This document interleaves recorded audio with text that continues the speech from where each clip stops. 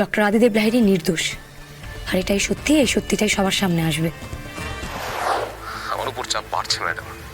আর আদি স্যারকে যে ফুটেজটায় দেখা গেছে সেটা আমি আর কতদিন সেফগার্ড করে রাখতে পারবো বুঝতে পারছি না।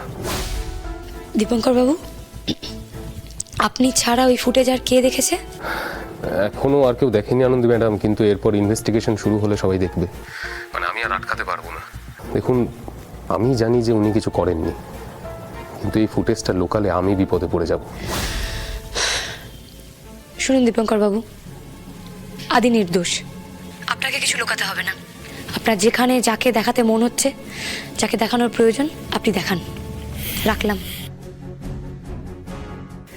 ডক্টর আদিদেব লাহিড়ী নির্দোষ, আর এটাই সত্যি, এই সত্যিটাই সবার সামনে আসবে।